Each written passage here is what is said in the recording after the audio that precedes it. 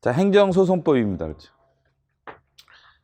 일단은 행정 그 소송 파트를 이해를 못하는 이유가 그 소송법을 몰라서 그런 거예요. 없는 사람은 받으세요. 옛날에 우리 강의 다 썼잖아 이거. 어? 행정소송법을 공부를 잘 안 해. 그래서 결국 못하는 거예요.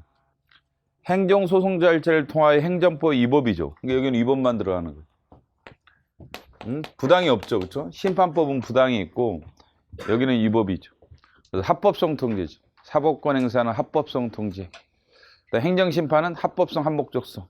이렇게 되는 거예요. 위법한 처분의 그 밖의 공권의 행사, 불행사로 국민의 권리, 이익을 침해를 구제하고 공법상 권리관계, 법 적용에 관한 다툼을 적절하게 해결하는 목적으로 한다. 훌륭하죠? 용어의 정의는 다음과 같다. 여기는 처분 등이라고 되어 있죠. 행정심판법과 비교하시기 바랍니다. 행정심판법은 처분이라는 개념만 설명하고 등자를 안 넣었죠. 실수한 게 아니라 행정심판에서는 재결의 아예 대상이 될 수 없다. 재결의 아예 대상이 될 수 없기 때문에 처분 등이라고 안 하고 처분이라 는 반면에 여기는 등이라는 표현을 써가지고 마지막 단어가 틀린 거예요. 및 행정심판에 대한 재결을 말한다. 이 표현이잖아요. 이게 등이라는 의미예요. 이게 등이라는 의미다. 이게 등이라는 의미예요. 예? 그 다음에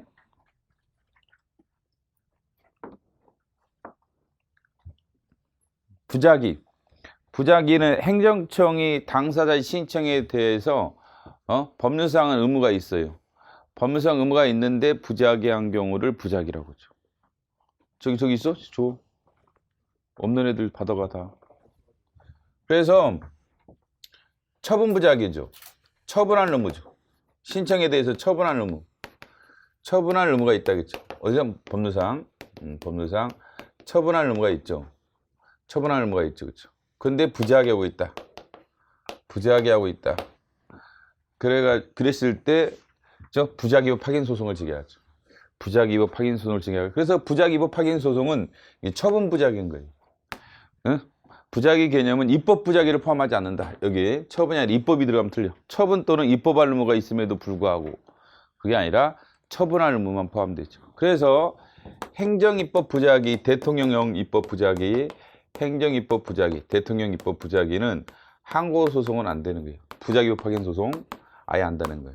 왜? 이 개념 때문에 그래요. 지금 사실은 이호 때문에 그런 거예요. 왜 행정입법 부작위가 항고소송의 대상이 안 되느냐? 뭐 다 들어본 것 같아요. 그렇죠? 다 들어봤죠, 여러분도? 들어봤는데 왜 안 되느냐는 사실은 2호에 이 처분이라는 단어를 써놓은 거예요. 처분할 의무죠. 처분할 법률상 의무. 처분해야 할 법률상 의무죠. 입법할 의무가 아니라, 그렇죠? 응? 입법이야 일반 추상적인 법을 제정하는 작용이지 입법 작용은 여기는 구체적인 작용이니까 다르죠. 그래서 저 부작위 개념에 입법 부작위는 여기서는 포함이 안 되는 거죠. 여기서는 포함이 안 되는 거죠. 그래서 항고소송의 대상이 안 돼요. 근데 헌법소원의 대상이 되죠. 왜? 헌법소원은 헌재법 68조 1항은 공권력 행사 불행사죠. 공권력 행사 불행사 이렇게 놨단 말이죠. 이 불행사는 꼭 처분 불행사만이 아니라 헌법상 유래되는 자기 의무 부작위죠. 헌법상 유래되는 모든 의무에 대한 부작위가 이 불행사예요. 입법 부작위도 포함되죠. 국회 입법 부작위도 포함되고 행정부 입법 부작위도 포함되죠. 국회 입법 부작위도 포함되고 행정 입법 부작위도 포함되죠. 그래서 헌법선에 대응이 되는 거예요. 그래서 우리 1학년 법선 68지랑 헌재법 그 입법 부작위는 우리나라에서 6가지 입법 부작위만 역사적으로 이혼 확인됐어요. 지금까지 6대 입법 부작위죠. 그럼 오로지 어디서만 이혼 확인됐느냐? 여기서만. 오로지 헌법 소원을 통해서만 주문 형태로서는 이혼 확인된 거예요. 근데 이제 손해배상에서 인정된 거 있지 않느냐? 인정됐죠. 군법무관 보수 입법 부작위에 대한 손해배상이 인정됐죠. 근데 손해배상의 주문은 배상한다는 거예요. 위헌임을 확인한다는 게 아니라 그렇죠. 주문은. 그래서 이 기판력에서 주문에서 배상한다. 피고인 국가는 원고인 황당객에게 1억을 배상해라. 이것만 나오는 게 손해배상이에요. 위헌임을 확인한다. 이게 없어요. 위헌임을 확인한다는 것은 없어. 근데 이게 기판력의 문제에 있어서 기판력은 어디만 있다? 주문에만 있는 거예요. 주문에만 있다. 그죠? 기판력은 어디에만 있어요? 주문에만 있는 거예요. 그렇기 때문에 입법 부작위 이혼 확인된 주문은 아니거예요. 주문은 오로지 여기서만 나오는 거죠. 어떠한 입법 부작위가 헌법 위반된다라고 이혼 확인되는 것은 오로지 어디에만 있는 거예요? 헌법소원에만 있는 거죠. 헌법소원. 그래서 6대 입법 부작위. 그가 다 헌법소원이에요. 그죠? 그래서 조선철도 주식회사 보상입법 부작위만 국회 입법 부작위인 거예요. 6대 입법 부작위 중에 조선철도 주식회사 보상입법 부작위는 국회 입법 부작위예요. 여의도에 있는 국회 입법 부작위고. 나머지는 5가지는 행정입법 부작위 아니면 조리입법 부작위죠. 대통령령과 관련돼서 군법무관 보수입법 부작위. 보건복지부 장관 불용 관련돼서 치과 전문의 입법 부작위. 고용노동부 장관 관련된 불용과 관련돼서 평균임금 입법 부작위. 또 하나는 조리입법 부작위도 있죠. 사회상 노무에 종사하는 공무원의 범위를 정하지 않은 조리입법 부작위. 최근에 나왔던 국군 포로 있죠. 북한에 억류된 과정에서 공로를 세운 국군 포로에 대해서 애우를 해줘야 할 대통령 입법 부작위. 애우를 하도록 되어 있는데 이제 대통령이 제정이 안 됐죠. 그래서 입법 부작위. 그래서 이게 6대 입법 부작위인데 이게 이제 행정입법 부작위예요. 뭐 빼고? 조선철도 주식회사 입법 부작위 빼놓고. 조선철도 주식회사 입법 부작위 빼놓고는 행정입법 부작위인데 이게 여기서는 안 돼요. 여기서만 된 거예요. 헌법소원에서만 돼. 1항헌법소원 그것도. 2항도 안 되고. 유일하게 68조 1항을 통해서만 주문 형태로서는 이혼 확인되는 거예요. 그 출발선이 여기 있는 거예요. 이 부작위라는 단어에. 이 부작위 개념이죠. 여기 2조 2호에 출발하는 이 단어 하나 때문에 한 끗 차이 때문에 그런 거예요. 처분할. 이 말이 없거나 또는 입법이 추가되거나 이랬으면 행정입법 부작위가 부작위 파기소송의 대상이 됐겠죠. 그러면 헌법소원이 안 됐을 거란 말이죠. 그럼 6대 입법 부작위가 헌법소원에서 나오는 게 아니라 부작위 파기소송에서 나올 뻔했죠. 근데 입법이라는 단어가 없다 보니까 항고소송에서 안 되는 거죠. 이 단어 한 건이 엄청 큰 차이예요. 법을 만들 때는 그렇기 때문에 여러분들 문제도 그렇게 낼 수 있는 거예요. 왜 그렇게 문제를 치사하게 말이야, 그렇죠? 여기서 처분을 슬쩍 빼고 입법을 넣고 말이야 이러느냐? 엄청난 큰 차이. 그 단어 하나가요. 법에서는 단어 하나가 어마어마한 큰 차이를 낳는 거예요. 나중에 보면 여기서 다 각하되는 거예요. 부작위 파기환 소송에서는 다 각하되는 거예요. 입법 부작위 청구되는. 헌법소원으로 가게 되는 이유도 여기서 되면 이쪽으로 못 가죠? 여기서 안 되니까 간다고 그랬죠? 항고소송, 헌법소원 관계는 여기서 안 되면 가고 되면 못 가는 거란 말이죠. 이 관계이기 때문에 만약에 이게 됐다라면 헌법소원에서 안 나왔겠죠. 그죠? 근데 이 단어 한 끝이 엄청 큰 차이인 거예요. 그러니까 여러분이 이제 공무원이 돼서 법을 집행할 때도 그렇고 뭐 대통령을 만든다든지 부령을 만들 때도 이런 단어 하나에 엄청 신경을 써야 돼요. 단어 하나가 그냥 써지는 게 아니에요. 이 단어 하나가 써지기 위해서 엄청난 서로 다툼이 있는 거예요. 다툼이 있겠죠. 그렇죠? 그럼 나중에 예를 들면 행정소법을 개정하자. 그러면 이제 대법원에서는 입법을 좀 넣어달라. 이렇게 할 수도 있어요. 대법원 측에서는 입법을 좀 넣어달라. 이렇게 하는 거지. 그렇죠? 그리고 헌재법을 뺏는 거지. 헌재와 대법원 간의 관할권 분쟁이 심각하단 말이죠. 그럼 넣어달라. 그러면 대법원의 역할이 넓어지는 거고 헌법 역할이 좁아지는 거지. 그게 만만한 게 아니란 말이죠. 그 다음에 2항 공무수탁 사인. 공무수탁 사인이 포함되는 거예요. 행정으로 이미 위탁을 받은 행정기관뿐만 아니라 사인도 포함되죠. 그래서 공무수탁 사인이 포함됨으로써 이 공무수탁 사인이 항고소송의 피고가 되는 게 13조에 13조의 행정청에 해당하는 거죠. 처분 등을 행한 행정청에 해당하는 거예요. 처분 등을 행한 행정청에 해당해서 피고가 될 수가 있게 된 거죠. 항고소송에서. 당사성의 피고도 되죠. 왜? 권리주체도 되죠. 공무수탁 사인은 행정주체 중에 하나죠. 행정주체 중에 하나죠. 그렇기 때문에 권리주체가 될 수가 있다. 그래서 13조에 처분 등을 행정청에 해당할 수도 있고 공무수탁 사인은 13조에 해당할 수도 있고 그 다음에 39조 국가공공단체 그 밖의 권리주체. 국가공공단체에 해당하지는 않죠. 공무수탁 사인이 그 밖의 권리주체에 해당하죠. 그 밖의 권리주체에 해당해서 공무수탁 사인이 당사자 소송에서 피고가 될 수 있는 이유가 되는 거죠. 응? 이 단어 때문에 공sak 사인이 추가됐죠. 그다음에 근데 이러한 표현은 행정심판법, 소송법, 절차법에 거의 유사하게 돼 있죠. 행정청의 개념에 있어서 거의 비슷한 개념이 절차법, 심판법에 돼 있죠. 자, 그 2조 1호 다시 가면 그래요. 이 처분이라는 개념은 그래서 실정법에 규정된 개념이에요. 처분은. 처분이라는 개념은 어디서 나와요? 뭐 절차법, 심판법, 소송법에 각기 처분이라는 개념이 설명돼 있죠. 근데 행정행위라는 개념은 학자들이 만든 강학상 개념이지 어느 법을 찾아봐도 없다겠죠. 실정법적 개념은 아니다겠죠. 예? 실정법적 개념은 아닌 거예요. 행정행위는. 처분은 지금 이게 실정법이죠. 실정법이 어려운 게 아니라 그냥 법제처에서 이렇게 다운받을 수 있으면 실정법이야. 다운받는 게 실정법이에요. 이게 실정법이야. 어려운 게 아니라 실정법이라는 거 이거지. 법제처 가서 다운받을 수 있었죠. 그럼 실정법이란 말이죠. 실정법에 있단 말이지. 처분은. 행정행위는 실정법에 있는 게 아니에요. 그렇죠? 강학상 개념이죠. 학문적인 강학상 개념이란 말. 강학상 개념이죠. 학자들이 만든 개념이란 말이죠. 행정행위란 단어는. 그죠? 근데 처분이라는 것은 실정법에 있는 개념이에요. 그 다음에 이게 절차법이냐, 실체법이냐. 이건 어디에? 절차법적 개념이란 말이죠. 왜? 행정절차법, 심판법, 소송법이죠. 절차법이죠. 됐다. 그죠? 행정절차법, 심판법, 소송법은 절차법에 있는 거죠? 절차법이죠? 이게 절차법에 있는 개념이에요. 행정에는 절차적 개념이 아니죠. 그래서 오히려 실체법적 개념이라는 거죠. 이런 맨날 헷갈려요. 그렇죠?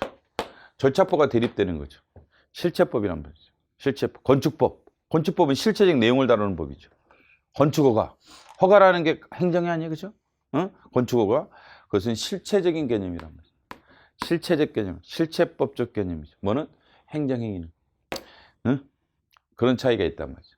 그래서 여러 가지 학설이 대립하지만 결론은 뭐예요? 처분은 이제 행정행위 플러스 알파죠. 물론 이제 처분 등이라 할 때 얘기했죠.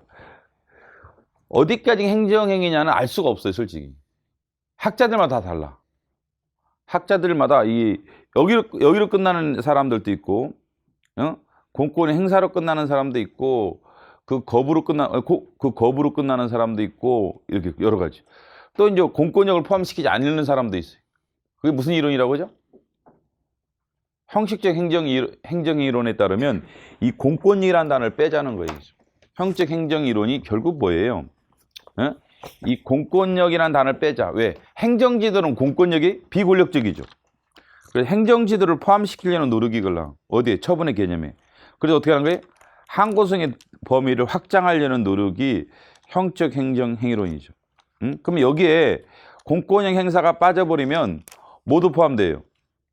행정지도도 포함될 수가 있는 거죠. 공권력이란 권력적이라면 공권력이라는 것은 권력적이죠.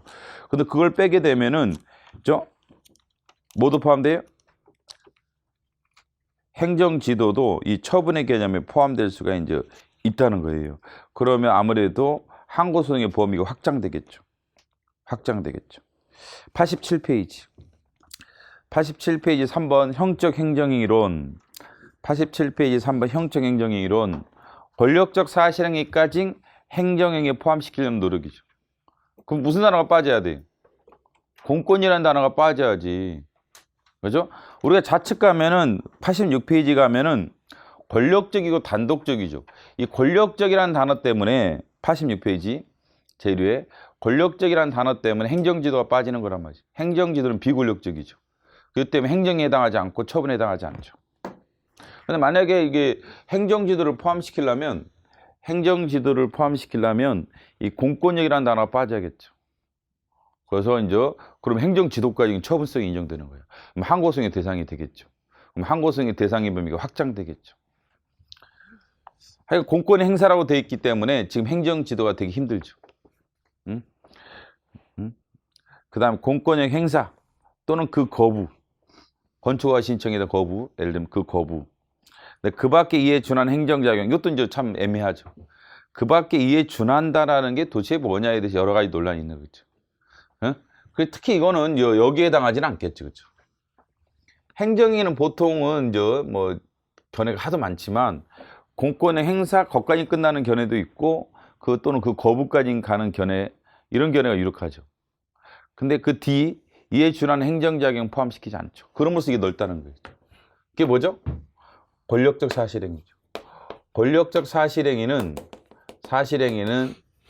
일반적인 행정의 개념에는 포함이 안 되죠. 일반적인 행정의 개념은 포함이 안 되죠. 물론 이제 어떤 견해에 따라 포함시킬 수 있어요. 형적 행정위로는 다 포함시키는 돈도 제일 높지. 최강이죠. 그렇죠?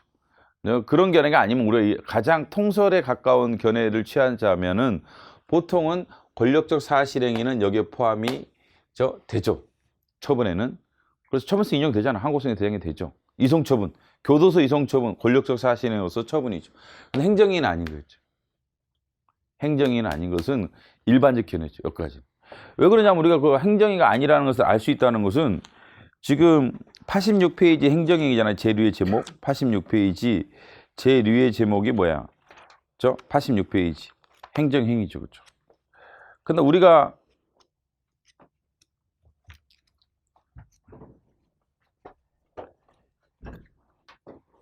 그 밖에 행정작용에서 따로 배우죠. 따로 배워가지고 이거를 뒤로 뺀 거란 말이죠. 뒤로 뺐죠. 뒤로 빼가지고 167페이지에서 배우죠. 167페이지 행정상 사실행위를 따로 분류를 하고 있죠. 이게 제일 큰 타이틀은 뭐예요? 157페이지죠. 157페이지 제일 위에 보시면 그 밖의 행정의 행위 형식이죠. 그 밖의 행정이라는 것은 뭐예요? 앞에서 일반행정작용법에서 행정입법, 그 다음에 행정행위를 배운 거예요. 행정입법, 행정행위. 그 말고 나머지 행정작용을 말하는 거죠.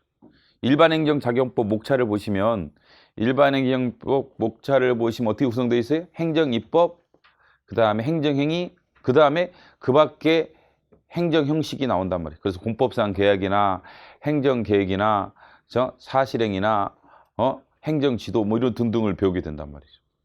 그러면 이거는 이제 행정입법으로 딱 분류하기도 힘들고 행정행위로 분류하기 힘들다는 거죠. 이런 교과서 태도들은 이걸 구분하는 거예요. 사실행위와 행정행위로 구분하는 거예요. 그렇기 때문에 목차가 완전히 다르게 지금 돼 있단 말이죠. 응? 돼 있단 말이죠.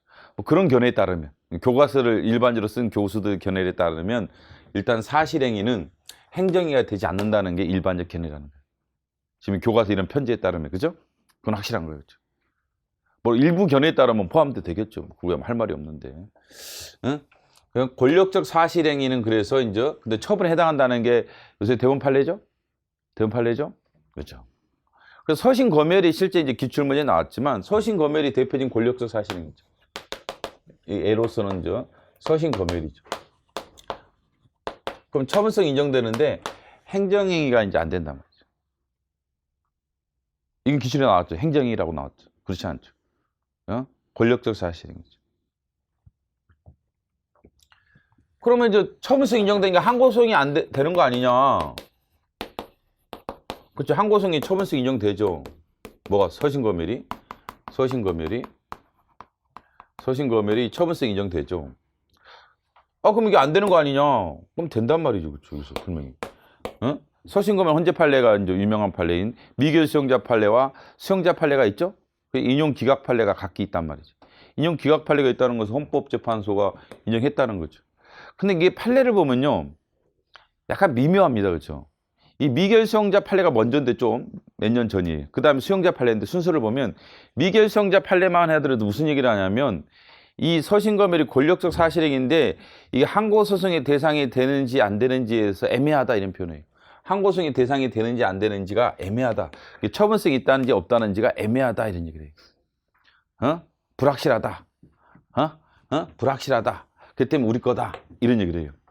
근데 이제 수용자 판례를 가면 처분성이 인정되는 게 불명하다는 식으로 얘기를 해요. 그 뒤 판례들은.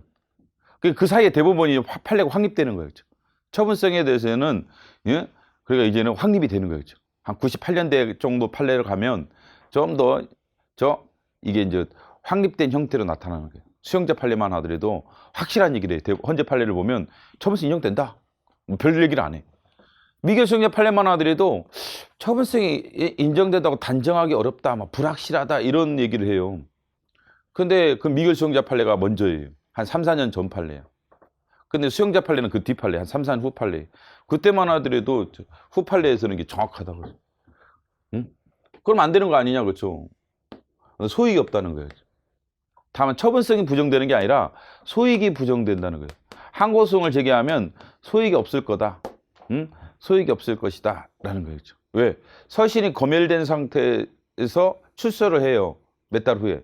그런 다음에 헌법재판소가 판례에 들어오는데 헌재도 여기서는 그 가봤자 소익이 없을 거다. 왜? 이미 출소한 사람인데 뭐 소신검열 지금 하고 있는 것도 아니고 소익이 없을 것이다. 이겠죠. 라고 하는 거죠. 응? 그렇기 때문에 우리 목이다. 소익이 없기 때문에 각하할 거다. 그렇기 때문에 우리가 해주겠다. 그래서 헌재도 이제 주관적 권리구조는 도움이 안 되는 거죠. 근데 헌법재소 소이찬에서 앞으로 이런 일이 발생하면 안 되니까 우리가 위헌 여부를 확인해 주겠다. 라고 해서 이제 심리에 들어가는 거죠. 응? 심리에 들어가는 거죠. 그래서 처분성이 있는 것은 분명해요. 서신검열이 이제는 처분성이 있는 거에 대해서는 큰 문제가 없다 봐야 돼. 왜? 권력적 사실행위니까. 근데 행정행위 아니라는 것도 교과서 대체적 견해다. 근데 헌재에 의한 심판이 되는 것은 소익이 없기 때문에 그런 거예요. 처분성이 없다기보다는 처분성이 인정되는데 항고소송을 제기하면 법원에서 소익을 부정해요. 그렇기 때문에 헌법소는 오게 되죠. 그래서 이런 문제 때문에 자꾸 뺏기니까 어제 말한 얘기가 나오는 거였죠. 소익과 관련된 대법원도 이제는 당해 사건에서는 종료됐다 할지라도 동종행위가 다시 반복될 위험이 있어가지고 법률적인 해명이 필요하다라면 우리가 심리를 해주마 라는 얘기를 어제 문제에서도 설명을 제가 드렸단 말이죠. 소익과 관련된 문제에서도 어제 있었죠? 거기 대법원이 자꾸 이러다 보니까 자기들이 부정하면 헌재로 자꾸 넘어가. 그러면 이제 9시 뉴스에 안 나와. 자꾸 이쪽으로 가려고 노력을 많이 옛날에 비하면 하는 거예요. 옛날에는 다 뭐죠? 지목 변경 신청 반려청원도 우리 거 아니야. 다 아니라고 생각한다면 아니야. 소익도 없어. 이러다 보니까 다 헌재로 넘어와서 9시 뉴스에서 헌재 판례만 나와. 헌재 재판소만 돼 있고 대법원 재판소는 안 나와. 대법원은 안 나와요. 9시 뉴스에. 그러다 보니까 자꾸 소외되는 거죠. 관할권에 이제 문제가 있는 거죠. 양자간의 관할권이 이렇게 돼 있걸로. 기본적으로. 항고소송의 경우. 항고소송이 이렇게 되는 거죠. 근데 이렇게 안 되는 경우가 있죠. 헌법할 때도 배웠지만. 근데 이게 기관소송과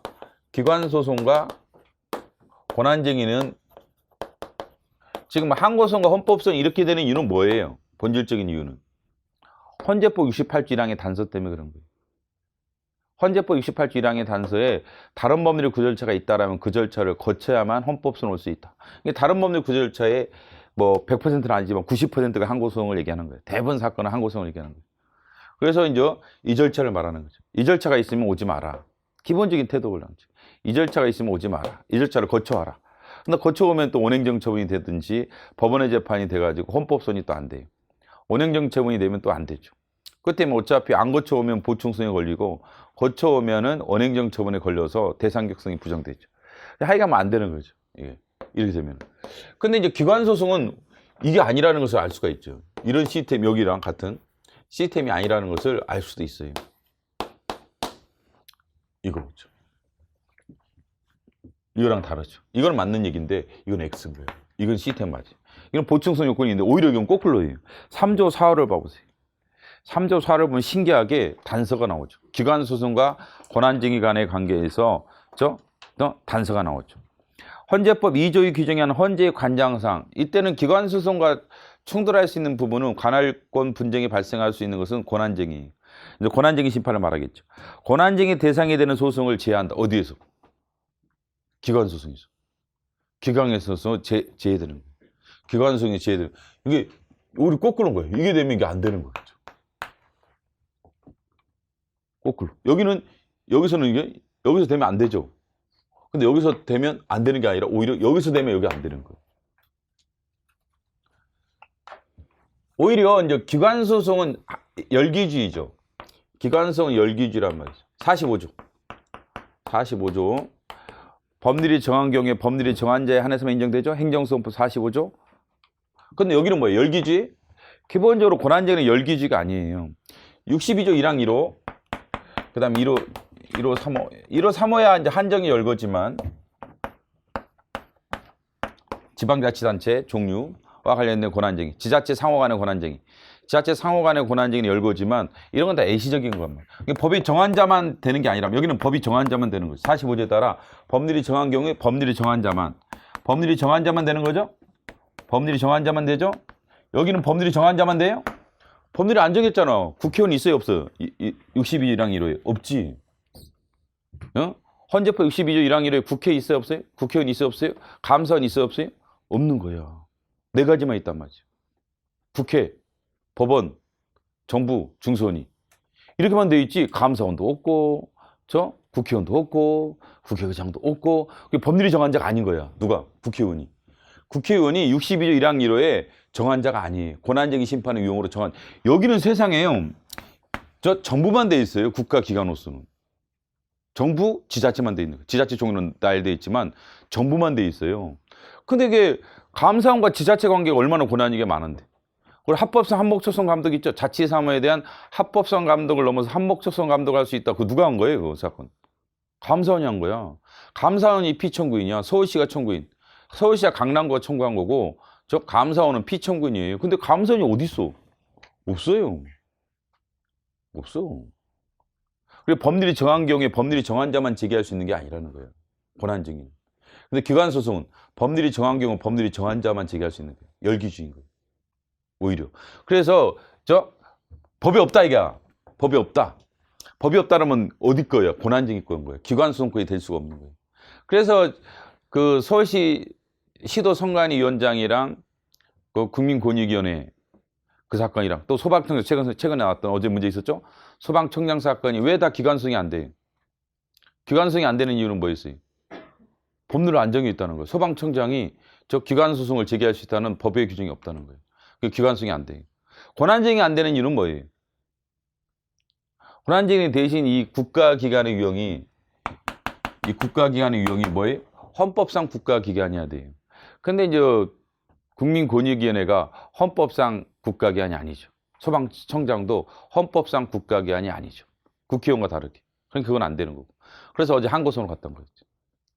항고소로 갔던 거예요. 그래서 이게 기관성과 권한쟁의가 왜 이렇게 구성이 됐는지도 잘 생각을 해봐야 돼. 연결해서. 요새는 이런 문제를 낸 거예요. 헌법에서 이 문제를 낸 거 기억나죠? 기출문제? 기출문제 이 문제를 낸 거야. 나서 깜짝 놀랐어요. 사례형으로 그것도. 사례형으로 기출문제를 낸 거예요. 사례형으로. 사례문제 잘 풀려고 이 문제가 있다고. 헌법 기출문제 풀다 보면 이 문제가 있어요. 이런 관계냐? 아니야. 그렇죠. 항고소송과 헌법성 관계를 말해. 보충성은. 항고소송은 헌법성이지 기관성과 권한쟁의는 보충성 관계 성립하지 않아요. 오히려 말을 하자면 별도의 규정이 없다라면 이거지 뭐. 안 돼요. 그렇죠. 오히려. 이렇게는 되지. 근데 얘는 법률이 정한 경우만 되는 거예요. 그 기관소송의 대표가 뭐예요? 172조인 거야. 지방자치법. 지방의 재결에 대한 지자체장의 대본 제수. 이거는 권한쟁의가 안 되죠. 권한쟁의가 안 되는 거죠. 왜? 지자체 상호관이 아니니까. 강남구의회랑 강남구청장이 지자체 상호관이 아니죠. 한 지자체의 관계지. 그렇기 때문에 저거는 기관소송인 거죠. 그래서 172조에 규정되어 있는 거예요. 권한쟁의가 아니라. 권한쟁의는 국가기관 상호관, 국가기관과 지자체가 지자체 상호관이죠. 지자체 기관이 아니라. 국가는 기관이고 지자체는 지자체죠. 지자체죠. 그렇죠? 그렇기 때문에 지자체의회랑 지자체의장은 지자체 기관일 뿐이지 지자체 상호간의 관계는 아니죠. 관악구청장이랑 관악구의회가 지자체 상호간 관계예요? 한 관악구 내의 관계지. 그러니까 권한쟁의는 안 되고 기관소송. 그게 이제 기관소송. 기관소송 유형의 내용이 뭐 있어요? 교육감, 지방의회. 그 다음에 지자체장, 지방의회. 이거야, 이거죠. 나머지 이제 시도지사나 주무장관이 제기하는 지방의 재결에 대한 제소도 있죠. 172조에. 그러니까 이제 학계의 논의가 많은 거죠. 그거는. 기관 소송으로 보는 견해도 있고, 특별 항고소송으로 보는 견해, 두 가지 견해로 대립하죠. 근데 이제 행정법 강론에 가면 그렇게 나온단 말이에요. 이게 행정소송법상 항고소송이다. 이런 문제가 갑자기 나와. 그 주무장관이나 시도지사가 주무장관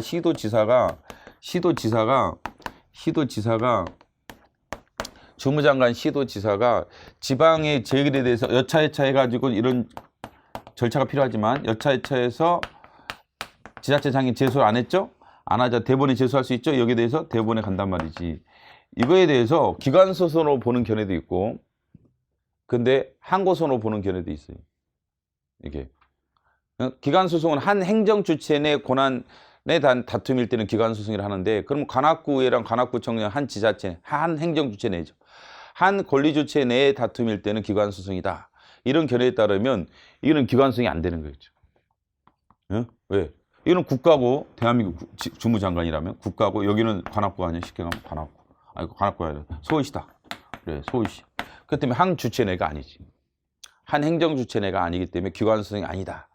라는 견해도 있고, 이것도 기관 아니냐? 그렇죠. 이것도 기관이죠. 이건 국가기관이고, 이거는 이제 지방회니까 의결기관이죠. 그러니까 기관소송 아니냐? 기관소송으로 보는 견해도 있고, 기관소송으로 보는 견해도 있고, 기관소송이 아니라는 견해도 있어요. 이 기관이 아니다. 기관소송이 아니다. 왜? 기관소송은 한 행정주체 내, 한 권리 의무 주체 내 법적 분쟁이 발생해서 권한에 대한 다툼이 있을 때 기관소송인데, 이거는 한 행정주체는 아니란 말이에요. 이건 대한민국이고, 예를 들면 국가고, 여기는 서울시다. 뭐 한 행정주체가 아니지. 다른 행정주체지. 그것 때문에 기관소송이 아니라는 견해도 있고, 그냥 그것도 기관이다. 그렇죠. 국가기관이죠. 이것도 지자체 기관이니까 기관소송이다. 라는 견해도 있고. 근데 기관소송을 안 보는 견해에 따르면 이걸 항고소송으로 본단 말이죠. 근데 이제 기출문제 보면 이런 얘기 나와요. 이게 행정소송법상의 항고소송이다. 이게 X로 나와요. 그럼 다 물어봐. 이거 선생들마다 물어보는 것 중 하나가, 이게 왜 틀리냐고 그래. 그럼 교과서에 항고소송으로 돼 있어요. 다수설은 항고소송 이용으로 보는 게 타당하다. 기관소는 안 본다는 거지. 기관소로 보는 견해도 있지만, 있어요. 이렇게 한 견해가. 기관소로 보는 견해도 있지만, 항고소로 보는 견해가 다수설이다. 이렇게 돼 있어요. 교과서에다. 그러면 저 행정소송법상의 항고소송이 맞는 거 아니냐? 왜 X냐? 그죠? 근데 그 행정소송법상 항고소송이 되려면 구조 1항을 봐보세요. 이게 행정소송법인 거야. 취소의 1심 관할의 법원은 어디로 가요? 어디로 가야 돼, 일단? 피고 소재에 관한 어디로 가야 돼? 행정법원에 가야지. 근데 이건 어디로 가요? 지방자치 172조는. 대법원에 가죠? 그래서 행정소송법이 적용되는 게 아니야. 우리가 그런 말 하잖아요. 공익사업법에 이제 수용제에 대한 이의신청을 행정심판법에 따른 행정심판이라고 그래? 뭐라고 하죠? 공익사업법. 수용제에 대한 이의신청을 뭐라고 그래? 특별행정심판이라고 하죠? 우리 국세기본법의 심사청구 심판정구를 행정심판법에 따른 행정심판이라고 그래? 아니, 특별행정심판이라고 특별이라는 단어 쓰잖아. 특별. 이게 일반이고, 행정심판법, 행정소송법이 일반이고, 행정심판법, 행정소송법이 일반이잖아. 일반법이라면 일반법. 심판법이 일반법, 행정심판법. 행정소송의 일반법, 행정소송법이잖아. 근데 행정소송법에 따르면 어디로 가야 돼? 피고소지 행정법원, 서울행정법원에 가야 되는데, 이거는 게 있죠? 대법원에 간다고 돼 있단 말이죠. 그러면은 뭐야, 이건? 항고소로 보는 견해 중에 뭐란 거야? 특별법에 따른 항고소인 거야, 이거는. 특별법에 따른 항고소, 지방자치법에 따른 항고소인 거예요. 그래서 행정소송법에 따른 항고소의 용어로 봐야 한다. X로 나왔던 거예요. 기출문제. 뭐는? 주무장관과 시도지사가 여차여차해서 지방에 제기돼서 대법원에 제소할 수 있죠? 지방자치법 172조. 이거를 기관소로 보는 견해와 3조 4호로 보는 견해랑 기관소로 보는 견해랑 그 다음에 항고소로 보는 견해가 있는데, 다수설은 항고소로 봐요. 근데 행정소송법상의 항고소송이다가 X로 나왔어요. 기출문제. 이게 왜 X냐? 특별법에 따른 항고소송이라는 거야. 다수설이 항고소송이 맞는데 행정소송법이 아니라 특별법에 따른 항고소송이라는 거죠. 예를 들면 우리가 헌법에서 배우는 대표적인 게 계속 출제되는 게 뭐예요? 뭐냐면 헌법에서 배우는 것은 법관에 대한 징계 있죠? 법관에 대한 징계는 어디로 가죠? 며칠 이내? 14일 이내 이게 있잖아. 이게 행정소법 맞아요? 행정소법 며칠 해야 돼? 14일이 아니지. 통지가 되면 90일이 20조. 행정소법에 며칠로 돼 있어? 20조이랑. 통지를 받으면 90일일 거 아니에요? 그죠? 90일이겠죠? 어디 가야 돼? 피고소지 행정법원에 가야 돼. 근데 14일 대법원이냐고. 이건 법관징계법에 따른 항고소송이야. 징계이기 때문에 처분성 인정되는 거예요. 아니, 공무원에 대한 징계가 처분성 자체가 달라지지는 않은 거야. 아, 그럼 공무원 징계는 처분인데 법관 징계는 처분이 아니에요? 넌센스지. 다 처분이지. 다 처분인 거야. 그죠? 공무원에 대한 징계, 법관에 대한 징계 다 처분이죠? 확실하죠? 근데 이거는 그러면 행정소송법에 따르면 90일 이내에 통지받았으면 피고 소지 행정법원에 가야 한단 말이죠. 그럼 대법원장이 저기 서울 행정 저기 서울 서초구에 있으니까 서울 행정법원에 가야 할 거란 말이야. 근데 그게 아니라 90일에 가야 되고. 근데 이렇게 돼 있단 말이죠. 그러면 이거는 법관 징계법에 따른 특별 항고소송으로 봐야 돼. 법관 징계법에 따른 특별 항고소송이지. 응? 근데 그 법관 보직은요? 법관 보직은 어떻게 돼? 이건 징계고, 징계가 아닌 일반 보직. 이게 특별법이니까 이쪽으로 간 거고, 근데 법관 보직은요, 법관 징계법이 없어요. 인사발령 있잖아. 헌재 판례 보면 인사발령. 어? 그 목포지원 사건 있었잖아요. 목포지원 박원순이라는, 박원순, 저기 서울시장이 아니라, 또 다른 방씨에 그 양반은. 방원순 씨인가 그 양반이, 목포지원에 있다 광주법원으로 발령 났단 말이야. 인사발령. 그건 징계는 아니죠. 그 자천은 법관의 징계? 이런 종류가 징계 어디 있어? 자천이라는 징계 어디 있어? 이거 징계가 아닌 거예요. 자천시킨 거죠. 시체 말로. 서울 올라와야 되는데 뭐죠? 동네를 뺑뺑이 돌리고 있단 말이죠. 그래서 이게 자천이죠. 이게 인사발령이죠. 이런 것들은 어떻게 돼요? 아무 말도 없어. 그렇죠? 법에 아무 말도 없다. 아무 말도 없으면 뭐예요? 일반법이 적용되는 거야. 그럼 이거는 피고소지 행정법원에 가야 돼. 소청 절차를 거쳐서 피고소지 행정법원에 가야 돼. 특별한 규정이 있으면 우리가 특별법에 따르는 거고, 없으면 일반법이 얘를 따르는 거야. 네? 행정소법을 따르는 거야. 그렇죠? 일반법과 특별법 관계는 기본적으로 이런 관계란 말이지. 아무 말이 없으면 일반법으로 가는 거고, 처벌성이 있다라면 행정소법으로 가는 거고, 있다라면 이쪽으로 하는 거지. 뭐 어떻게 법관징계법이 있으니까. 근데 이게 법관징계법이 적용이 안 되는 거야. 인사발령은. 왜? 징계가 아니니까. 법관징계법은 법관 징계에 대한 법일 거 아니? 상식적으로 생각해도. 그죠? 법관 징계법이잖아. 근데 이게 징계가 아니기 때문에 뭐로 가는 거예요? 일반 행정소송법으로 오는 거예요. 그럼 피고소지 행정법원에 가는 거지. 저거는 일반 항고소송. 이거는 자천 문제, 인사발령 문제는 일반 항고소송. 이거는 특별 항고소송이에요. 이것도 특별 뭐예요? 항고소송. 특별 항고소. 다설에 따르면 특별 항고소. 주무장관, 시도지사의 지방의 지역에 대한 제소. 특별 항고소이죠. 근데 지자체장이 지방의회에 대한 제소는 한 행정주체 내기 때문에 이거는 기관성이 불명한 거예요. 교육감도 그렇고. 확실한 기관성 이용은 이 172조인 거예요. 지자체장, 이 지방의 의결에 대해서, 재결에 대해서 제소. 이건 확실한 기관성이죠. 이 3조 4호에 해당하는 가장 일반적인 경우들. 그런 거죠. 그 다음에 항고소송과 당사소송이죠. 항고소송과 당사소송 3조. 항고소송은 처분이나 처분의 부작위를 다투는 소송을 가리켜 항고소송이라고 하죠. 처분이나 처분의 부작위를 다툰다. 이게 처분을 다투거나 부작위를 다투거나. 네? 당사소송은 법률 관계를 다툰다. 이거 인식을 해야 돼요.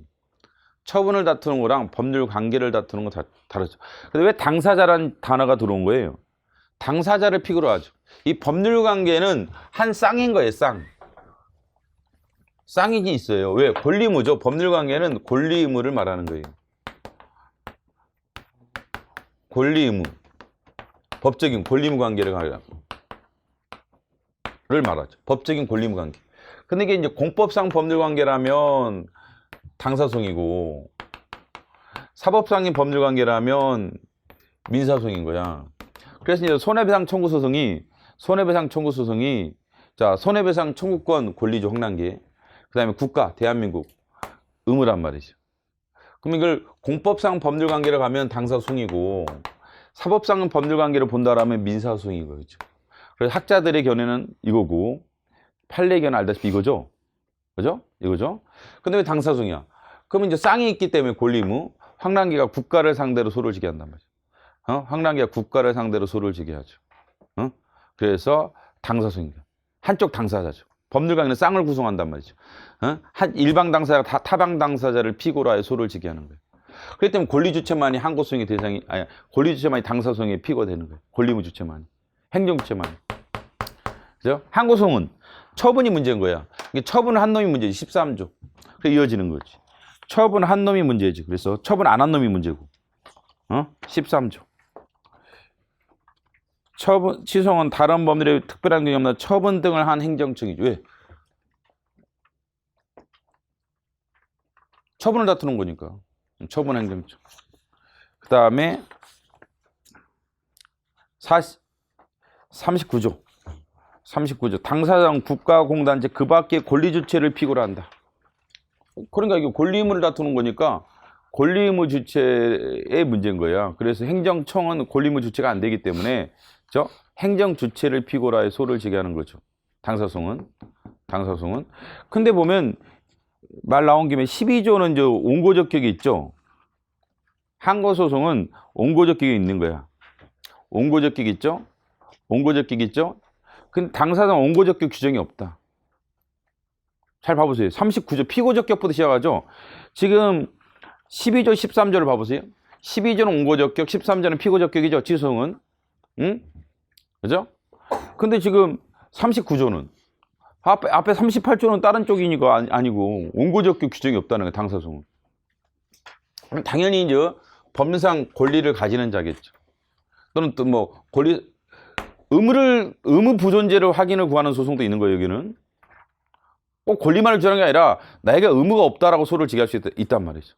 내가 고용료를 납부할 의무가 없다. 내 직원 아니다. 그렇죠. 그렇기 때문에 자꾸 날라와 고용료를 납부하라고. 그래 좋아. 고용보험료를 납부하라는 거에 대해서는 뭐로 가야 돼? 고용보험료를 납부하라는 거에 대해서는 뭐로 다투어요? 소승형은? 항고승이 처분인 거야. 고용료 납부 명령이죠. 하명이가 하명. 누가 피고해? 행정청이 피고죠. 그때 고용료 납부 명령은 누구 이름으로 와요? 국민건강보험공단 이름으로 오게 돼 있어요. 고용보험료도. 그리고 위임돼 있는 거예요. 그리고 지금 현재로 위임돼 있는 거죠. 그래서 고용보험공단 이름으로 나오는 게 아니라 무슨 이름으로 나오는 거예요? 나오는 것은 건강보험공단 이름으로 나한테 나오는 거예요. 고용보험료가 부과되는 거예요. 그 때문에 항고성의 피고는 고용보험료를 부과한 처분한 행정청, 13조 행정청. 누구예요? 건강보험공단인 거죠. 근데 이 돈이 누구로 들어가요? 내가 고용보험료를 내면? 근로복지공단으로 들어가는 거란 말이죠. 근로복지공단으로 들어가는 거야. 그 때문에 당사소송은 누굴 피고로 해야 돼요? 나는 고용료를 납부할 의무가 없다. 내가 우리 직원도 아닌데 고용보험료를 왜 내주느냐? 고용보험료 납부 의무가 없다는 것은 누굴 피고로 해야 돼? 고용보험료가 귀속되는 권리주체인 근로복지공단인 거야. 그게 서로 다른 거였죠. 피고가. 그래서 항고성의 피고와 당사성의 피고가 다른 거예요. 고용보험료와 관련돼서 항고성의 피고는 건강보험공단이에요. 항고성 피고는 건강보험공단이다 그랬죠. 항고성 피고는 고용보험료공단인데 당사자 소송의 피고는 근로복지공단이다. 근로복지공단이다. 이런 요건의 차이점. 자, 340페이지 봐보세요. 340페이지 아래쪽에 유임의 경우 3번이죠. 유임의 경우 3번. 고용운용 부가처분의 항고성의 피고는 근로복지공단이 아니라 건강보험공단이야.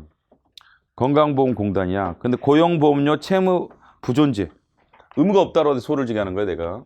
이번에는 권리를 정하는 게 아니라 의무가 없다라고 소를 지게 하는 당사소송이죠. 이것도 권리-의무 관계니까 의무가 없다는 부존재 확인 소송도 당사소송이에요. 그때는 권리의무가 귀속되는 누구죠? 근로복지공단이란 말이죠. 고용보험료니까. 고용보험료가 돈이 어디로 흘러들어가요? 근로복지공단으로 들어간단 말이죠. 누구 이름으로 처분이 돼요? 건강보험료 공단 이름으로 처분이 돼요. 이게 돼 있는 거 법으로. 위임돼 있는 거예요. 법에 따라 위임돼 있는 거죠.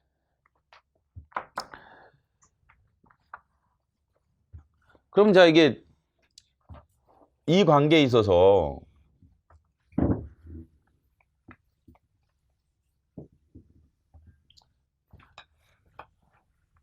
그러면 학설이 중요시하는 것은 뭐예요? 이걸 왜 당사성이죠? 뭘 중요시하는 거예요? 여기는 뭘 중요시하죠? 판례는? 판례 학설, 학설이 다설, 학설. 이건 뭘 중요시해요?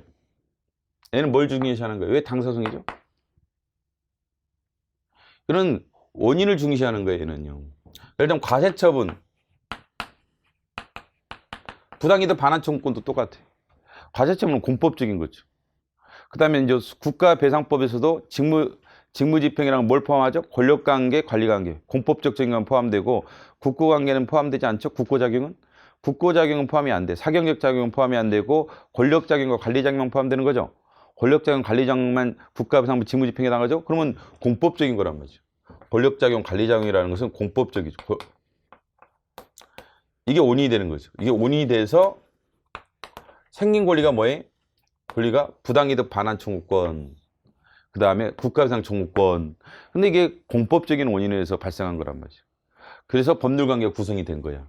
그렇기 때문에 저 공법상 법률관계다. 원인이 그러니까. 그렇기 때문에 당사성이다. 라는 거예요. 근데 판례는 뭘 강조하는 게 원인을 강조하는 게 아니라 이 권리 성격을 강조하는 거죠. 예? 배상 청구권, 그다음 부당이득 반환 청구권, 결과적의 청구권, 뭐 이런 것도 다 똑같아요. 결과적의 청구권. 지금 판례상 결과적의 청구권. 이런 것들은 이제 민사소송을 보는 이유는 이 권리라는 것이 이 권리들은 얘네들은 민법에서 출발한 거예요. 다 역사적으로. 민법에 규정되어 있는 거란 말이에요. 민법에 규정되어 있는 민법은 사법이죠. 사법상 권리라는 권리의 이제 연원을 중시하는 거야. 이 권리가 어디서 과연 출발한 거냐? 민법이 출발한 거다. 그렇기 때문에 권리 성격이 사법상인 거다. 사법상 권리다. 얘네들은 사법상 권리다. 그렇기 때문에 민사소송을 가야 한다. 라는 것이 판례 입장입니다. 이 법률관계를 뭐로 보냐에 따라 틀리거든. 이 법률관계 공법상 법률관계라면 당사소송이고 사법상 법률관계라면 민사소송 아니에요? 응? 근데 왜 학설과 판례가 다르냐? 여기는 원인을 강조하는 거예요. 법률관계 원인, 법률관계 원인, 법률관계 원인을 강조하는, 법률관계 원인을 강조하는, 법률관계 원인, 관계의 원인. 이 법률관계 어떻게 형성된 거예요? 부당이득 반환 청구권의 권리관계가 이것 때문에 출발, 과세처분. 매우 공법적이죠. 행정작용 아니? 행정행위 아니? 그 중에서 하명. 그러니까 매우 공법적인 원인에서 출발한 거지. 그래서 법률관계 원인이 뭐야? 공법적이죠. 그러니까 이 관계도 법률관계 성격도 공법적이다. 당사성이죠. 그렇죠? 학설은. 근데 판례는 이 권리 성격을 강조하는 거예요. 이게 어디서 나오는 게 이 권리라는 이 권리가 도대체 어디서 나온 거냐? 민법에서 나온 거죠. 그렇죠? 민법이 사법이 있죠. 대표적인 사법 아니? 그러니까 사법상 권리다. 한 게 민사소송이라는. 그래서 원인을 강조하지 않습니다. 이 법률관계 원인을 강조하는 게 아닌 판례는 법률관계 원인을 강조하여 민사소송으로 넌센스 문제인 거예요. X인 거예요.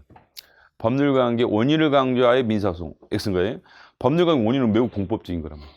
원인을 강조하는 견해에 따르면 당사소송으로 가야 되는 거야.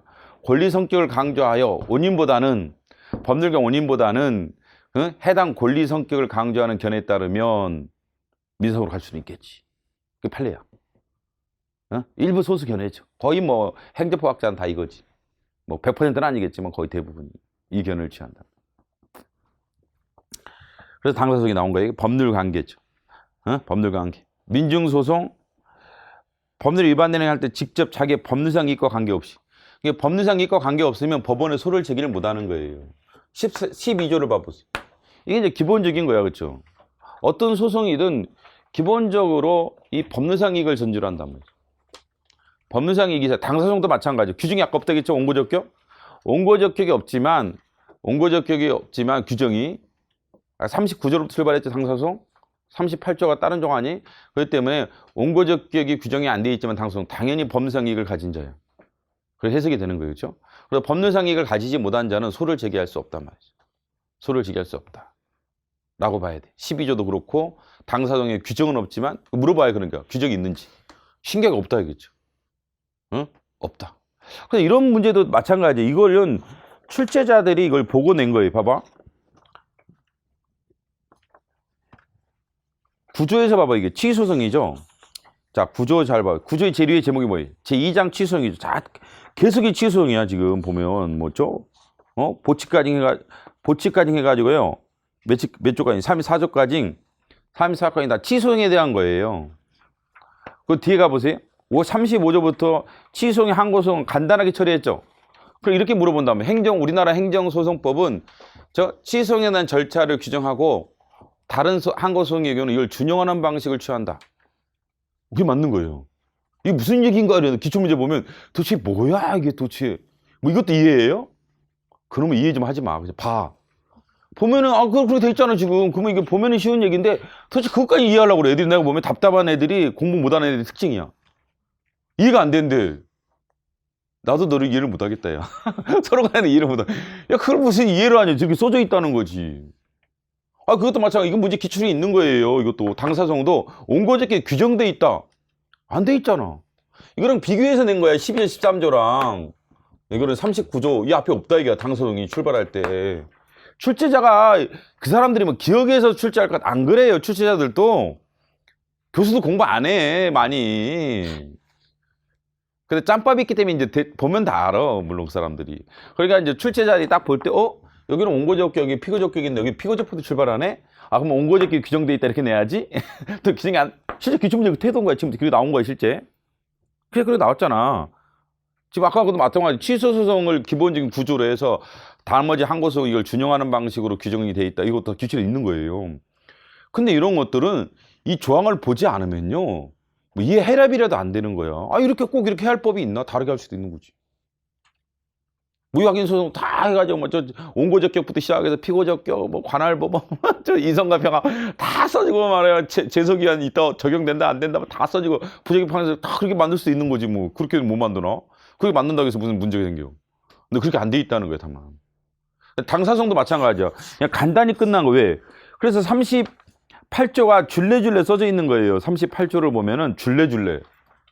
38조 1항, 2항 보면 줄레줄레 써져 있는 거 이런 것들 적용되고 이런 건 나머지 적용이 안 되는 거지 뭐. 그다음에 그 44조도 그렇고.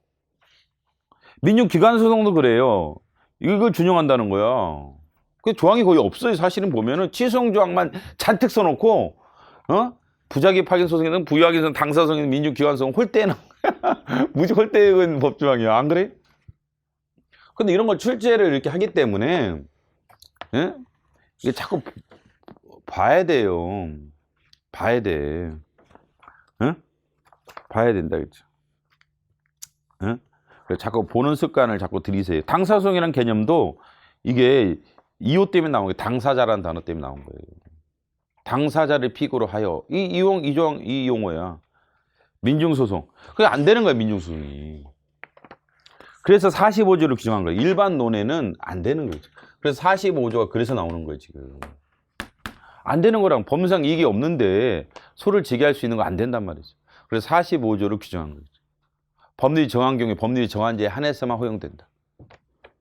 법에 따라 규정이 있어야만 허용된단 말이죠. 없으면 안 된다, 그죠? 없으면 안 된다. 라는 거죠. 기관소송도 마찬가지고. 기관 상호 간에 국가공단체 기관 상호 간에 권한의 전부 행사의 다툼이 있을 때 이에 대해 제기하는 소송이죠. 기관 상호간이죠. 그 기관 소송이죠. 근데 권한쟁의는 꼭 기관 상호간이 아닐 수가 있는 거예요. 국가는 기관 상호간이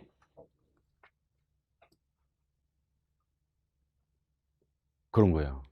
지자체는 기관 상호간이 안 그런. 이것도 있잖아. 왜 문제가 되냐면 그렇게 읽으라고도 안 읽어. 헌법 111조 1항 4호 내가 읽으라고 누누이 설명해도 안 읽으니까 이 말 물어보면 띵하. 제일 쉬운 문제인데 우리 입장에서는 정말 쉬운 걸 물어보는 거야.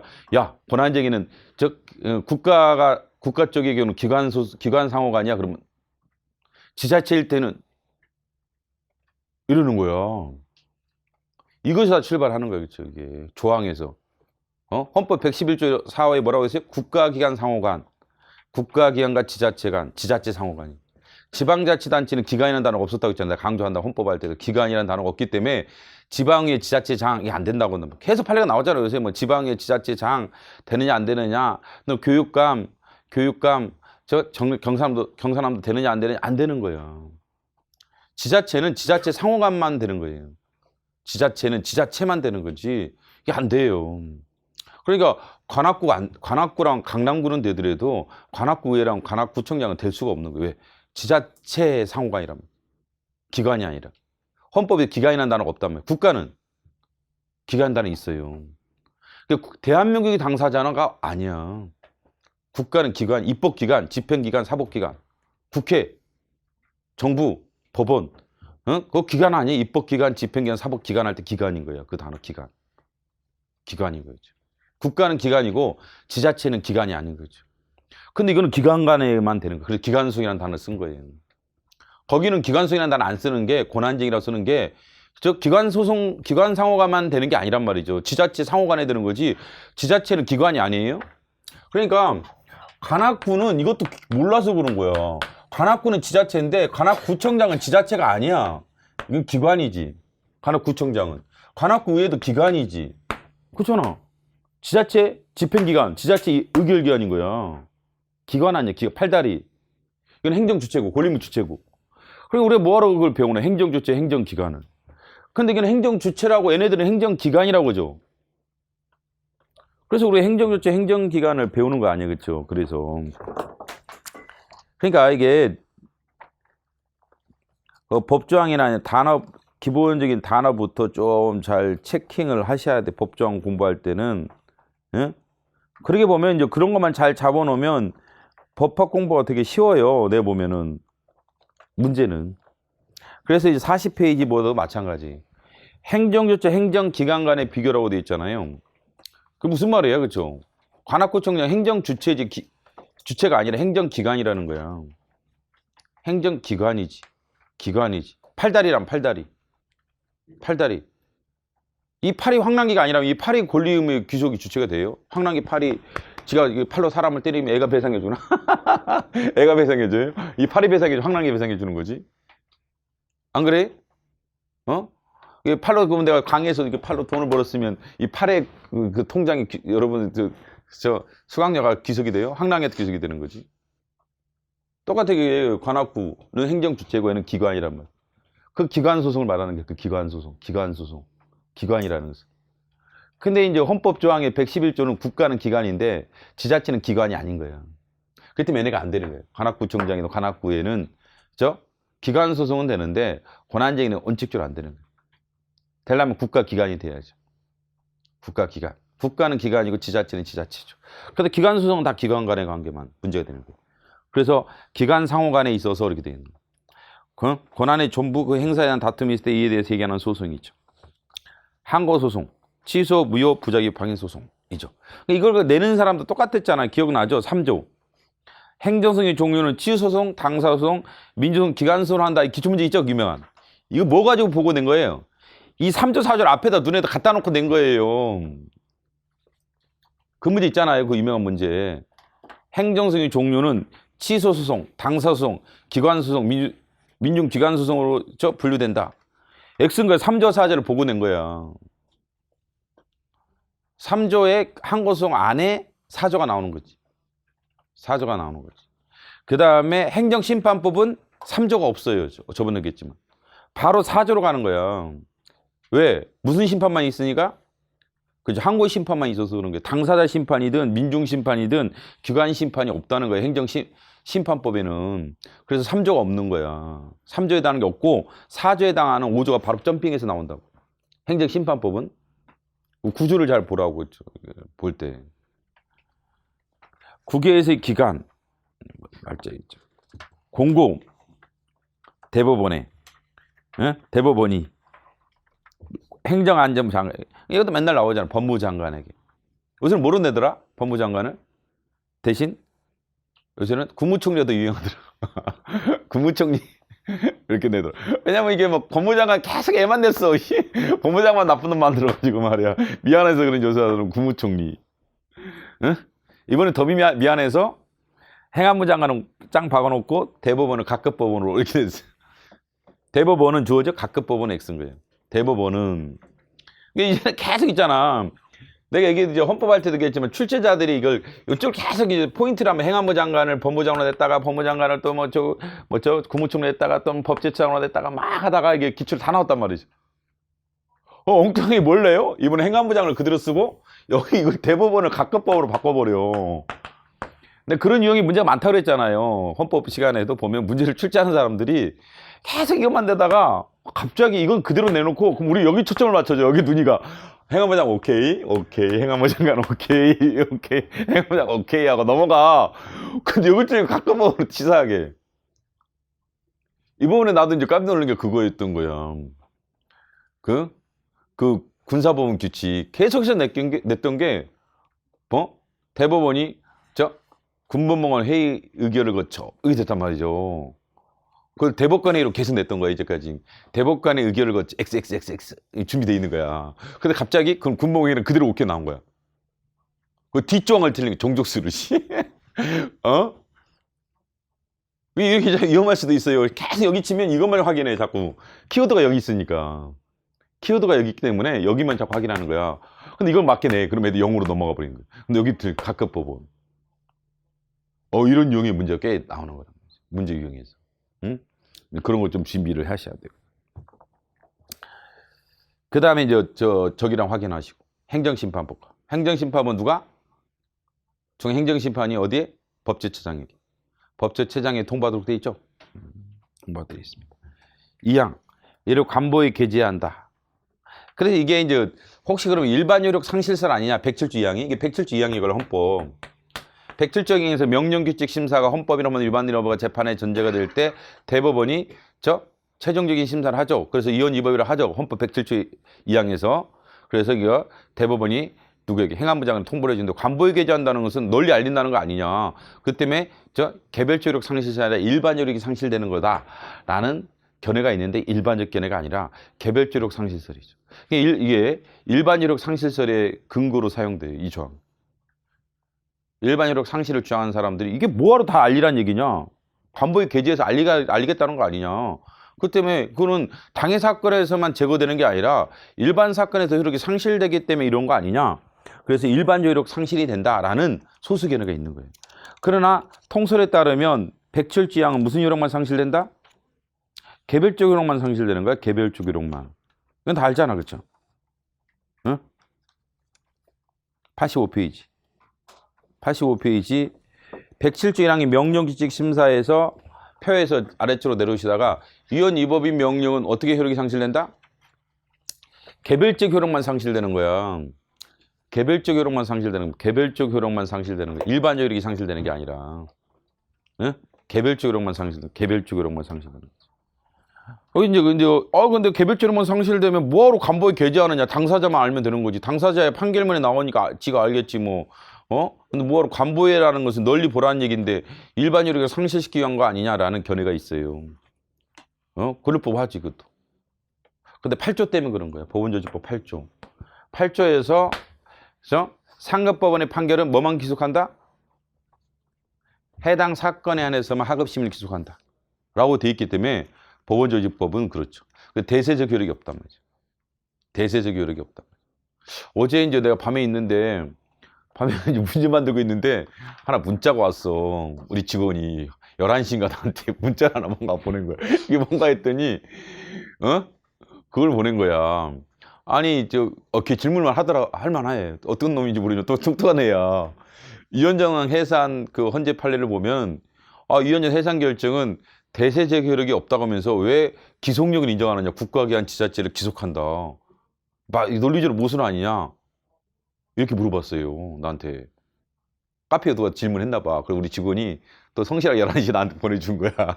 그래서 이거 막 핸드폰으로 문자 보내는데 막 계속 실수하는 거야. 그 단어 쓰는 거 있잖아. 응? 문자를 잘 못 보내니까 상대적으로. 자꾸 이게 이건 좀 받침 문자라든지 뭐 이런 거 있잖아. 잘 안 되더라고. 한참 걸려서 보내줬는데 그 법원의 판결은 대세적 효력이 없다고 그러잖아요. 8조 때문에 그래요. 법원조직 8조. 응? 법원조직법 8조 때문에 해당 사건에 관해서만 하급심을 기소하죠. 사건이 달라지면 기소력이 없어. 그래서 이것을 대세적 효력이 없는 거야. 개별적 효력만 있는 거야. 대세적 효력이 없고 해당 사건에서만 아니죠. 대세적 효력이 없단 말이죠. 법원조직 8조가. 응? 그래서 107조 2항도 똑같아. 해당 사건에 한해서만 효력이 상실되는 거야. 다른 사건에서는 효력이 살아남게 되죠. 그걸 말하는 거예요. 근데 헌재법에 이제 47조 뭐 이런 거에 있어서는 해당 사건이라는 표현이 없단 말이죠. 해당 사건이라는 표현이 없죠. 그래서 일반 사건, 이게 대세적 효력이죠. 일반적 사건에서 이제 국가기관 등을 기속한단 말이에요. 근데 위원장당 해산 결정이 왜 대세적 효력이 없느냐? 헌재 결정에도 불구하고. 이 법률과 비교하면 뚜렷하다면 이 법률이 또는 이 명령이 B 명령이 위원 결정이 내려지면 위헌 결정이 내려지면 이것은 모든 사건에 일반 사건에서 효력이 상실된다. 일반 사건에서. 일반 사건의 효력이 상실돼요. 상실되죠. 이게 대세적 효력이 있다는 거예요. 이 대세적 효력이 있다라는 의미죠. 대세적 효력이 있다. 그런데 통합진보당 사건에서 해상 결정하면은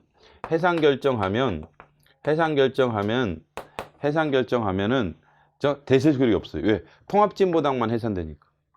이게 일반 사건이란 게 없단 말이죠. 일반 사건에서 정당이 해산되나요? 아니죠. 통합진보당만 해산되기 때문에 이게 대세적 효력이 없다는 거죠.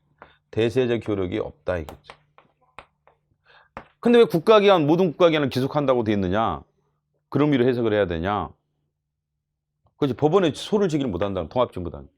통합진보당이 법원에 가서 이거를 소를 제기해서 취소를 못 시킨다는 거예요. 해상결정. 해상결정이 취소를 구할 수가 없다는 거예요. 왜? 법원은 구속하니까. 이 해상결정은 통합진보당에게만 효력이 있는 게 아니라 법원에게도 효력이 있는 거예요. 법원은 그런 기속력의 문제죠. 법원을 기속하기 때문에 여기 반환행위를 할 수 없다. 기속력의 핵심이 뭐야? 여기 반환행위 하지 마라. 결정에 반환행위 금지가 기속력 아니? 여기 결정에 반환행위를 할 수 없기 때문에 법원에 제소해서 법원이 취소를 못해요. 그렇기 때문에 그것은 국가기관 등을 기속한다고 봐야 돼요. 대세적 효력과는 무관하다. 무관하죠. 근데 이제 법원의 판결은 대세적 효력이 처음부터 없어요. 그렇기 때문에 107조 2항이. 알려주라는 참조 의미로 봐야죠. 그렇게 되면. 참조해라. 하급법원을 기속한다는 의미보다는 하급법원들이 참조해라. 여러 행정청도 참조해라. 라는 거죠. 그렇죠? 사건의 이송. 원고의 고의 중대한 과실 없이 소송이 신급을 달리하는 경우 법원에 잘못 제기된 경우에도 적용된다. 친절하게 이송해 주라는 거예요. 친절하게 이송해 줘라. 친절하게 이송해 줘. 서울고등법원에 어제 소를 제기했다. 이런 문제 있었죠? 그럼 친절하게 서울고등법원이 어떻게 해줘요? 서울행정법원에 이송해 준단 말이에요. 반려하거나 각하하는 게 아니라 친절하게 서울행정법원에 이송해 주고 통보해 주죠. 행정소에는 다른 특별한 기능을 제하고는 이 법이 정하는 바에 의한다. 그게 일반법인 거예요. 특별한 규정이 있으면 그걸 따르고. 아까 이제 14일이다. 그럼 그걸 따르는 거예요. 대법원에 소를 제기한다. 그걸 따르는 거예요. 행정의 이 법에 특별한 규정이 없는 상황에서 법원적 민사소송법, 민사집행법 규정을 준용한다. 실제 준용했던 게 뭔지 문제로도 잘 어제 출제했었죠? 하나하나 확인해 보시고. 예를 들면 가집행은 적용돼요? 적용이 돼요? 정확하게 어떻게 돼요? 그죠? 재산권 청구와 관련된 재산권 청구를 인용하는 판결의 1심 판결에 대해서 가집행을 한다라는 민사집행법 조항이 적용이 되죠. 어디에서? 당사소송에서. 왜요? 당사소송에서는 이게 안 된단 말이죠. 가집행이 금지돼 있죠. 가집행이 금지돼 있단 말이죠. 43조. 국가를 상대로 하는 당사자에는 가집행을 선고할 수 없다라고 그러죠. 가집행을 선고할 수 없다고 돼 있죠. 그러면 선고를 못 하죠. 근데 이제 판례에서는 가집행을 선고를 했단 말이죠. 그건 행정소송법에서는 가집행할 수 없다고 돼 있는데 민사집행법을 준용한 거죠. 그래서 가집행을 한다라는 민사집행법을 적용한 적이 있는 것은 이 조항에 따른 거죠. 8조 2항. 그 다음에 이제 불고불리 원칙도 없죠. 불고불리 원칙도 없다. 어디에는? 행정소송법에는 없어요. 불고불리 원칙이 없어요. 행정심판법은 어디 있었죠? 행정심판법에는 불고불리 원칙이 있었지만 행정소송법에는 없어. 근데 어디 있는 거예요? 민사소송법에는. 민사소송법에서는 청구 외에 대해서는 판결이 안 돼요. 인용할 수 없어요. 그 조항이 있어요. 민사소송법을 준용한 거죠. 그런 게. 그 다음에 이주라는 것도 마찬가지예요. 책임질 수 없는 사유로 이주가 없어요. 이주가 없죠. 책임질 수 없는 사유로 소를 제기를 못했을 때는 그 사유가 종료된 때로 이주 내에 소를 추환한다라는 것은 행정소송법에 없어요. 민사소송법에 있는 거예요. 민사소송법을 주 다만 이건 있죠. 5조에. 그 14일을 5조 국외에 있을 때는 30일로 더 늘려준다. 라는 조항은 있죠. 5조에. 근데 14일이 어디 있어요? 책임질 수 없는 사유로 14일은. 민사소송법이 있는 거예요. 책임질 수 없는 사유로 소를 제기를 못했을 때 그게 종료된 때로부터 14일 이내라는 표현은 2주라고 돼 있죠. 민사소송법은. 뭐 2주가 14일이니까 2주 내라고 돼 있는데 민사소송법이 준용된 거예요. 민사소송법이 준용된 거예요. 민사소송법이 준용된 거예요. 불구 분리원칙도 그렇고. 기판역도 그렇죠. 기판역도 민사소송법에 있는 거지 행정소송법이 없죠? 행정소송 없죠? 행정소송은 30조에 있잖아. 기속력. 근데 기판역은 없죠? 알다시피? 그래서. 그 다음에 이제 소송과 관련된 보조참가인들 조항도 민사소송법에 있어요. 물론 소송참가가 16조, 17조가 있긴 하죠. 근데 이제 보조참가인들이 어떠어떠한 어떠어떠한 권리를 갖는다 이런 것들이 어떠어떠한 법적 지위를 갖는다 구체적인 내용들은 민사소송법이 많이 있죠. 법원조직법의 경우는 자, 구조 1항을 보시면 피고 소지를 관한 행정법원이죠. 근데 행정법원이 지금 서울시에는 설치돼 있지만 나머지는 설치가 안 돼 있어요. 그러면 피고 소지 행정법원이 없는 데는 어떻게 할 거냐? 지방법원 본원 합의부라고 돼 있는 게 법원조직법에 있는 거예요.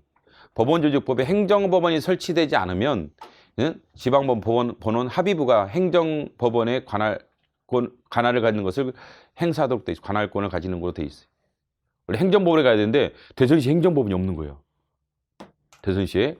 그러면 대전시 피고 소재지가 거기라고 가정해보세요. 대전시장이든 하여간 거기라고 가정해보세요. 그러면 대전시에 있는 지방법원 본원 합의부에 항고소송을 제기하도록 되어 있다. 이거 법원조직법입니다. 그 다음에 헌법에 따로 규정이 없는 한 법원은 일체의 소송을 관장한다라는 것도 법원조직법. 그게 뭐예요? 개괄주의 근거. 그게 개괄주의 근거. 법원조직법에 개괄주의 근거가 돼 있죠. 개괄주의 근거가 돼 있단 말이에요. 법원조직법. 자, 구조. 피고 소재지를 관할하는 행정법원을 한다. 그 나머지는 한다가 아니라 다 임의적인 거. 2항 수있다. 3항 수있다죠. 수있다죠. 그죠? 수있다죠. 1항만 한다죠.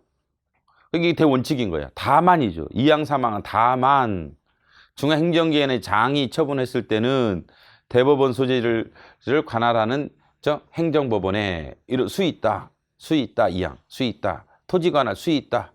합의관할은 없죠. 그죠. 합의관할 민사소송법이 준용된다. 민사소송법에 합의관할이 준용되는 거예요. 8조 2항에 따라. 8조 2항에 따라 그죠? 민사소송법에 있는 합의관할. 당사자가 원고 피고와 만나서 합의해서 야 우리 뭐 제주도 가서 재판하자. 여행도 할 겸. 그래가지고 제주도에서 재판하는 거야. 그래 제주도 지방법원이 있다. 뭐 걸로 가는 거지 뭐. 여행도 하고 재판도 하고 친하게 지내고 말이야. 이럴 수도 있다고. 합의관할은 있다 없다 행정소송법에 없다. 민사소송법에 있는데 적용된다? 8조형에 따라 준용이 된다. 준용이 된다라는 거예요. 이송과 병합 그만하겠다.